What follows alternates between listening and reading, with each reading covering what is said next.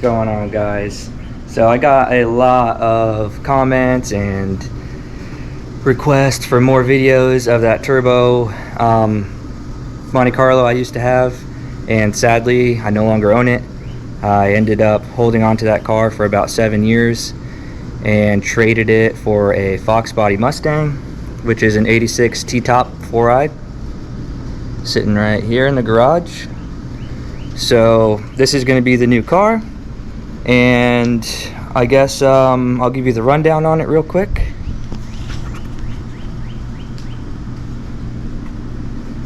It's my rusty, crusty turd. So it did start off as an EFI, you know, like a factory EFI car, and it was super slow. There was all kinds of problems with it. The harness was all hacked up, and it was just a big headache. So I ended up pulling all the fuel injected stuff out of it, and my idea was to do a carburetor conversion, and it turned into this. So I don't even know where to start. I took the factory heads off, and I got Edelbrock Victor Jr. 210cc aluminum heads, and I put trick flow rockers, trick flow push rods on the inside, and I went with a cheap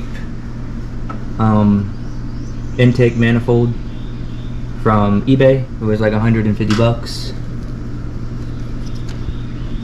and I got a giant spacer here because this carburetor did not come with vacuum ports because it's a race carb. So I drilled a hole in the back of the 3-inch spacer so I can get vacuum for all my stuff.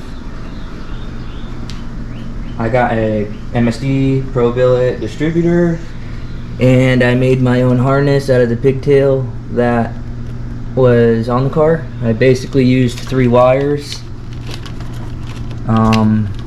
off of it to run my MSD box over there. Took me a long time to figure that out, and I can't really explain to you what I did because I just tried a bunch of stuff until it worked. So yeah, the alternator obviously goes over here, and there's no room for it, so I bought a Pro Billet something, I don't know, some type of fancy kit, and it didn't line up. My pulleys, nothing was working, so what I did was I just used this out of the kit, and I bought a piece of all-thread bolt, locked 2 nuts together, used a Craftsman deep socket and a washer, and it lines up absolutely perfect with the rest of the pulleys. So there's that. The carburetor is a what is this, Quick Fuel 750, and I'm running the electric fuel pump from the old EFI system with this Aeromotive fuel pressure regulator. It knocks down the EFI pressure down to 6 pounds, and it's also boost referenced, so that's great to have.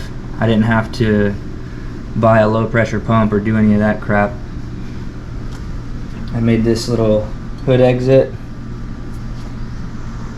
Obviously there's no hood, but there will be. What else we got going on here? I think that's about it. Oh, the exhaust is ON3, which was also too wide, so I had to cut a section out and weld it back together to make it fit. And as far as the wastegate, crappy eBay junk, and blow-off valve is also eBay junk. So this is pretty close to the Monte Carlo as far as using cheap stuff, but I put a lot more work and a lot more time into this car to get it this far. But I wanted to do a little bit better than I did with the G-body. The G-body was kind of clapped out, and it was literally spare parts. A lot of this stuff I bought brand new, and I wish I would have made videos along the way, like this whole process was a lot of learning, and I could have probably helped you guys out a bunch, learning a bunch, but I guess it's never too late to start. So as far as this setup goes, it's probably going to get pulled out tonight. I ordered an EFI kit, a full master kit. So it's going to have the throttle body, a force fuel system with a high pressure pump in it, and a bunch of other knickknacks. And I'm going to definitely make some videos on that. So we will be documenting and learning together.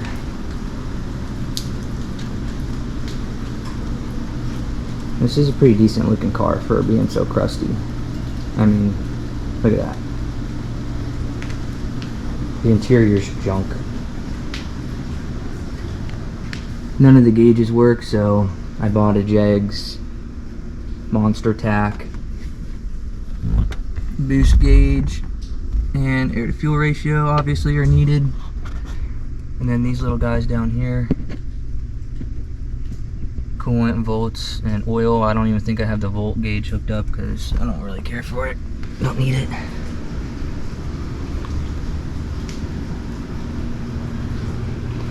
Yeah, so I don't know what more I can say about this thing. It's raining outside, so I can't really pull it out and fire it up for you guys, but what I can do is post a video I have of it running so you can see how it sounds and whatnot before I pull all this junk off of it. And I think I have also a video of a pool going down the street, so I'll post those up for you guys to see real quick.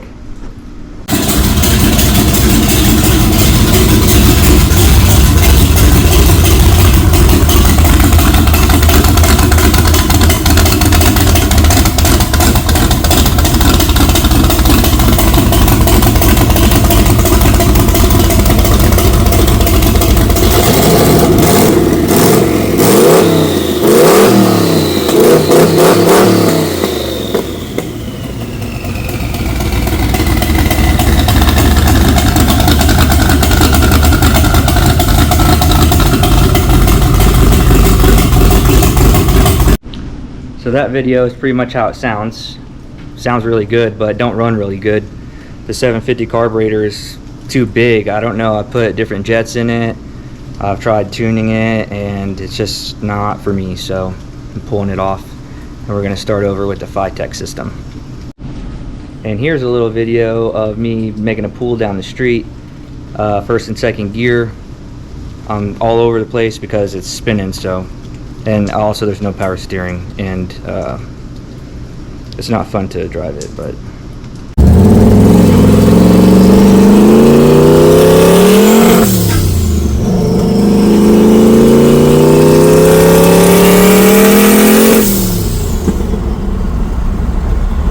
oh, there you have it. Well, there you have it. You can see how it runs. It doesn't run the best.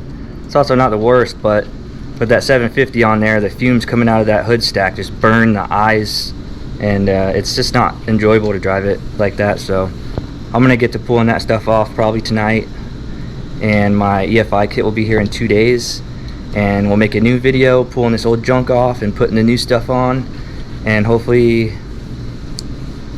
everything goes good. I mean, I've never done it before, so learning experience for me. A couple things I forgot to mention on this.